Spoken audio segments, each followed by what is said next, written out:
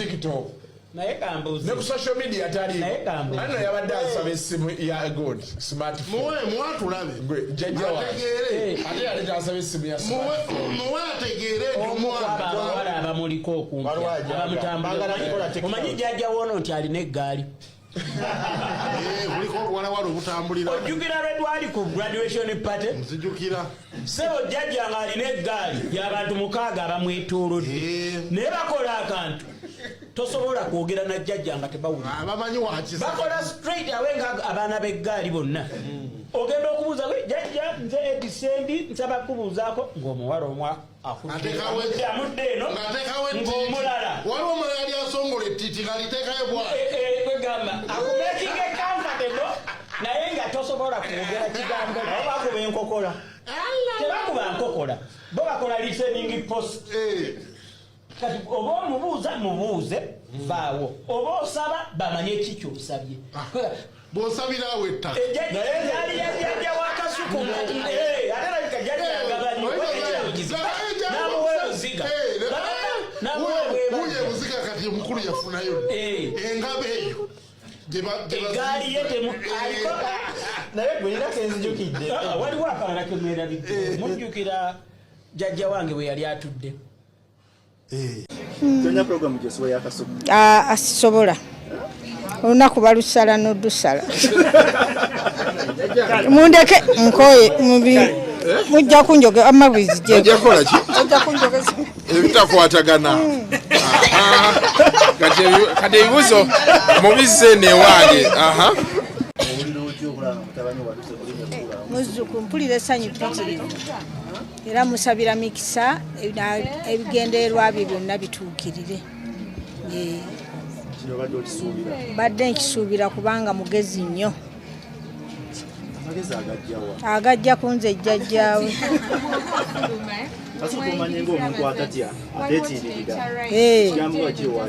Era obuvumu yalina gwe yabujja ndowooza abujja ku bakadde be ku maama we. Yali mukyala muvumu nga takyayagala kukyogera akyogera. Ebiki Kasuku nekeraawo. Kasuku linnya lye yalyeteekako ng'alyagala era n'abantu ne balyagala. Nsanyuka nnyo ne ŋŋamba nti senga mwana wange Namukasa Josephine maama we waali. Lyessanyu lyange. Ate nsula naye. Asula yekka ne famire ye. Ate nze mulaba ku TV. Ngekera ne mulaba ku Spark. Girina yagimpa. Alina kuba musanyufu. Kuba bino ebintu bye tukoze era bireeta ssanyu. Yes.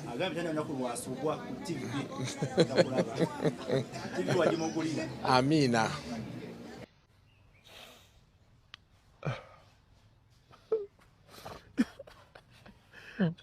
Nzo maye kasita otandika okukabira ku simu nga njijjako. Kuba ekizibu kye nnina nze abantu abakaaba bansesa. Era bye biŋŋaana okugenda mu kuziika. Nyinza okukulaba leero kati lumu jjajjange yafiirwawo muganda we. Nankubira Isaaka. Muna yafudde. Agenze. Tuli mu lockdown. Nkima ntwale. Nga ntetenkanyaawo nga nava wano Saturday. Yafa Saturday. Nga nva ku show.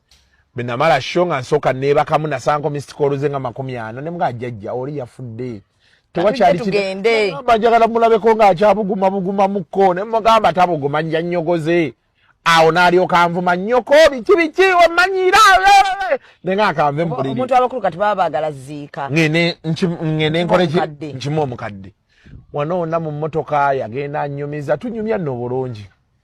Be tutuuka wali nga muwoningirawo benali mpeta nga mugamba nti jjajja njagala oyita oli omuwala be tutuuka betuti yita omuwala asitule ensawo zo asitule omukeeka gwo ayina omukeeka gwe waliwo yagumuweereza gwefunya beekuti ne gubanga akasawo kati munda gulimu essuuka ne bed cover kati asobola okugufuula omukeeka n'atuula okwo naga nti bagumuwandooza aba agenda ebigwa abanga asulako ne mugamba akwate ebintu byo abeere nabyo tebibula olina omuze ogufuluma emmotoka n'otandika okukaaba omulanga n'ogukubirawo nangamba Isaaka wantama nze simanyina lwaki nkumanyi lwaki nkwesibyeko kuweereza ku bantu ngamba otya ebintu bwe bityo nga nfiiriddwa muganda nga oyogera otya bwotyo ne muga jjajja nze nkugambye bw'oba omanyi nti ogenda tutandika ebintu by'okwesuula ogweri oŋŋambirawo kye namugaana kyennyini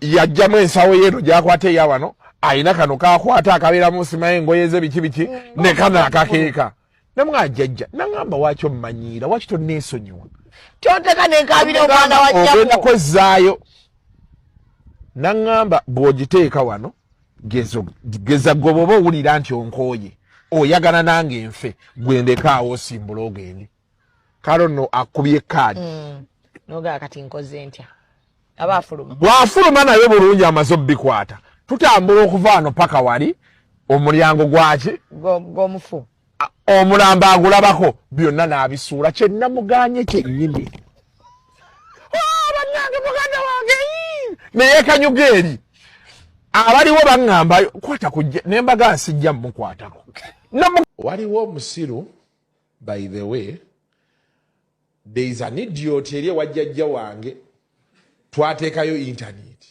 ego tuli ku graduation ya Niko nanga nti bannaye webala omwana omuteeka ku TV konze wabijjeewa ati nabadde mbiraba gundi yabinteereddeko konze nti bule kubacha nkeera kulaba naye ekituufu kiri nti Isaac ngenda gamba abantu sikumanyi nze ebintu byokola sibitegeera so then you man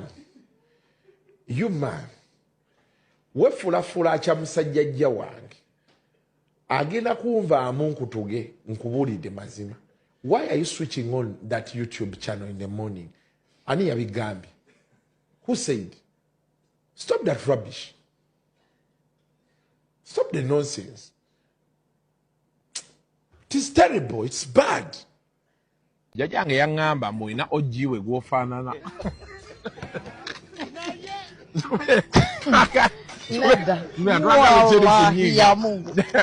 era jajjange javola akwagala nnyo Zubeida yaŋŋamba mukubire essimu mukubire essimu jajjange yaŋŋamba wala oyo alina oji wange gwafaana either maama we nasoma naye oba taata we oba yeeye kimala ekituufu kimala bannange omuntu agezaako nedda mukwano kimala wansi Zubeida ontyobodde ekimala tuula tukole buyawe yeye nyini nze kugambye nti okubuulire nonga togenda nedda nnyiga mukwano ate kati oba anyiize tikyoleese kinene niwe mba njagala okugezaako kinene kikuyinza kinyiize and it's not like that. It's not funny. My heart is bleeding. I'm not like tebivuddeeyo tebyagadde naye munaye gwonkasa byogera nze mbadde nasirise ate nkutyobodde kyawo wama mukyabaawo nina kyenjogedde eki jjajja atunula njagala muwa ojiibwe amubuuzeeko olaba jjajja mugambe nja kujja mubuuzeeko jjajja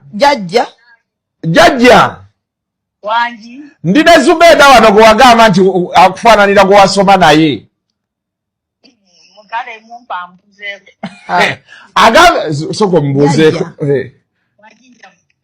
oli bulungi jjajja buli bulungi nnyabo amiina kati ono agenda kujjakulabe olweggulo lwa leero jjajja jaga mubuuza kintu nga tukyali ku kamera kwegayiridde oyo yawayiriza